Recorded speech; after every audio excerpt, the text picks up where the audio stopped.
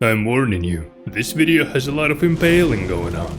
The moment you suddenly appear in the land of shadows, his legacy is quickly recognized. Messmer's flame defined this realm, in a really harsh manner that is. Burned villages, weirdly aggressive spirits, a flaming colossus that is a mockery of an average human stature, whoever they fought against. Must have been some real bad people. For pity's sake, your place is in the jar. Sainthood itself awaits you within. For shamans like you, this is your life. Were you accorded for this alone? Yeah, I guess that's what was missing. But there were no saints in this war. One side inflicted genocide, the other answered with more genocide. And I'm not about to try and justify the actions of one over another. Might be a hot take, but I do believe that slaughter of such a scale is just generally bad. What is commendable, though, is an uncompromisable loyalty. Graceless heathen, thou shalt not evade the flame of Messmer. Not much is known about Messmer's past. We are talking about a FromSoft game after all. He was likely the firstborn of America, and also very likely Radagon was his father, which convolutes the timeline even more than it already was, and makes him the first in line of their children that were afflicted with a curse from their very birth. Maybe conceiving a child with yourself is actually a bad idea. While Miquella's curse was of perpetual youth and Malenius made her body literally fucking rot, Messmer's was... well, it's a cute little snake that consumes his body from within, making it clear that his days are numbered as the abyssal serpent's hunger is unrivaled. America, being an all-powerful being she is, managed to contain its influence by yanking one of Messmer's eyeballs out of its socket and putting in place of it a consumable item that's worth 80,000 runes. Truly, her compassion knew no limits. Messmer was so inspired by this act of kindness that he doubled it and returned to the nearest village of horned people. A dark flame was burning deep inside his body, part of his curse or maybe some other influence. He despised it and was hoping to rid himself of it. Was it the origin of his eternity of suffering, or was it the fact that his burning soul was being eaten away by a wicked serpent? Either way, he at least realized that this fire looked dope as shit. It became a trait that defined his character, and is there better symbol for a cleansing crusade than unquenchable flame? Well, maybe that's not the best presentation. When America needed a leader for this war against people that slaughtered her homeland, Messmer was ready to take upon this ungrateful role. He was ready to carry out this purge against those stripped of the grace of gold. A war that would never be put to song. Tyranny of Messmer's flame. And he never stopped enforcing this purge, and he never tried to shift any blame. Direct thy maledictions, thine ire, and thy grief towards me alone. So if you're looking for someone to blame for creation and usage of this monstrosity, you know where to go. Forget about extermination on a racial basis. His biggest crime was designing a machine that puts its victims through 9 hells. And now he's just waiting for a sign from America. He fulfilled her wish. He made himself a symbol of fear she desired so much. But she never answered. She never came back. Out of fear, out of higher motives, or maybe she just never cared enough. Maybe she was satisfied that her afflicted son and his serpents in nature were obscured from the lands between. Maybe that was her original goal. Serpent widely viewed as a traitor to the Earth Tree after all. So maybe it's just a case of America being the worst imaginable parent once again.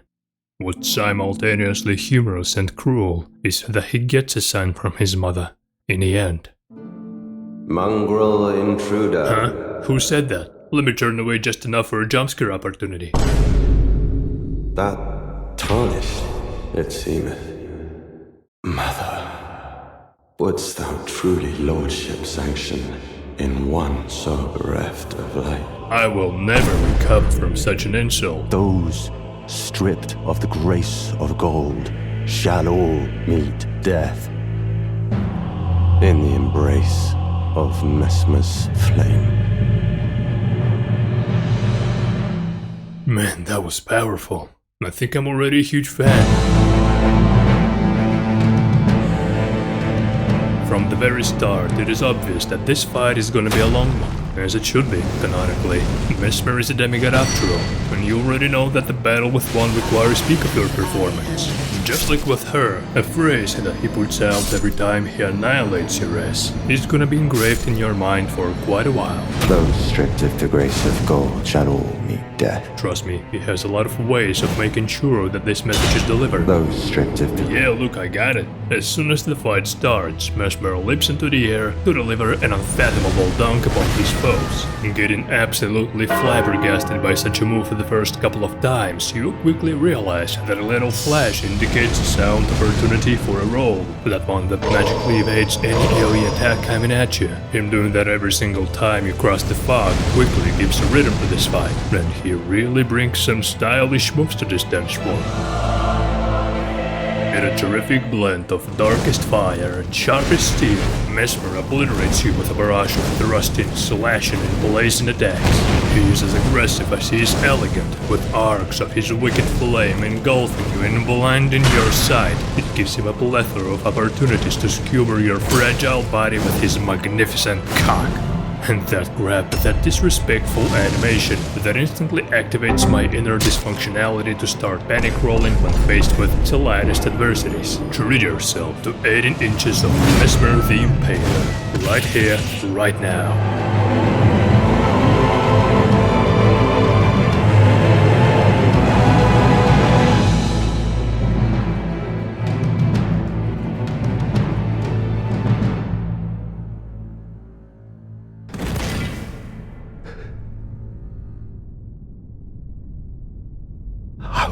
Not suffer. Our Lord, devoid of light. No, Mother, forgive me. Soon tarnished, wilt thou be taken in the jaws of the abyssal serpent, shorn of light.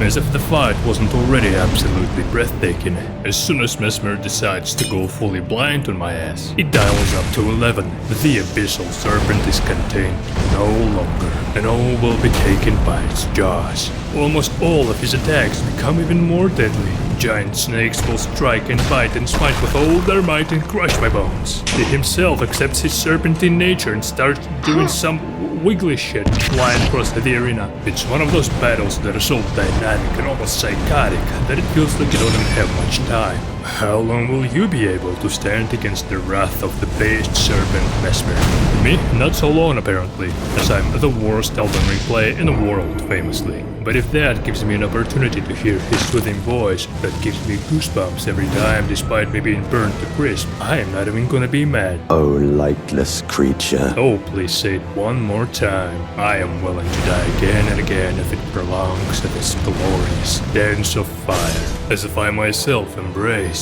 Messmer's flame.